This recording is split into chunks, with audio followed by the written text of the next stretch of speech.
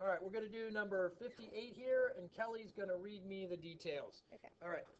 Two cars are traveling at the same speed for this type of problem. Two cars at the same speed. Of 27 meters per second. All right, 27 meters per second. Okay? On a curve that has a radius of 120 meters. Okay. Car A has a mass of 1,100 kilograms. 1,100? Mm-hmm. Okay. And car B has a mass of 1,600 kilograms. Okay. Without doing any calculations, decide A, which car, if either, has the greatest centripetal acceleration, and B, which car, if either, experiences the greatest centripetal force. Justify your answers. All right. Which car has a greater centripetal acceleration, if either? Right? Yes. All right, so tell me about centripetal acceleration. What is centripetal acceleration if we have some speed and some radius? Okay, so if we're not doing calculations to write down the relationship, we're just writing it down. Centripetal acceleration is equal to v squared over r.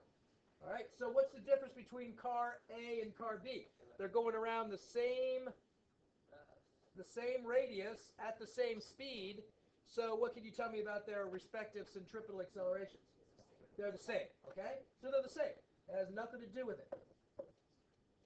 It has nothing to do with the mass. And what they have the same is the same. Okay? All right, so now part B. Without doing any math, what does centripetal, is that what it asks for? Which one is a greater centripetal force? 58, part B. Which car, if either, experiences the greatest centripetal force? That should be greater, by the way, for all you English people. Since centripetal force is equal to mv squared over r, that means that the centripetal force is directly proportional to the mass. So whichever one has a greater mass, all other things being alike, is going to require a greater centripetal force. Everybody okay with that? All right. So since MA, which one's greater? MB, right?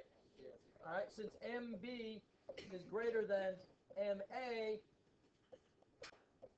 force on B must be greater than force on A in order to go in the same size circle at the same speed. Okay? And there's a problem associated with that. That is, find the centripetal acceleration and the centripetal force for each car. Be sure that your answers are consistent with your answers in the concept question. All that means is make sure that your centripetal forces turn out to be the same. Centripetal accelerations turn out to be the same, and the centripetal force for car B turns out to be greater than car A. And do we need to figure those out? Or those are pretty straightforward and simple calculations, right? Do we need to do them? Okay, we'll call it a wrap. Everybody? It's a wrap.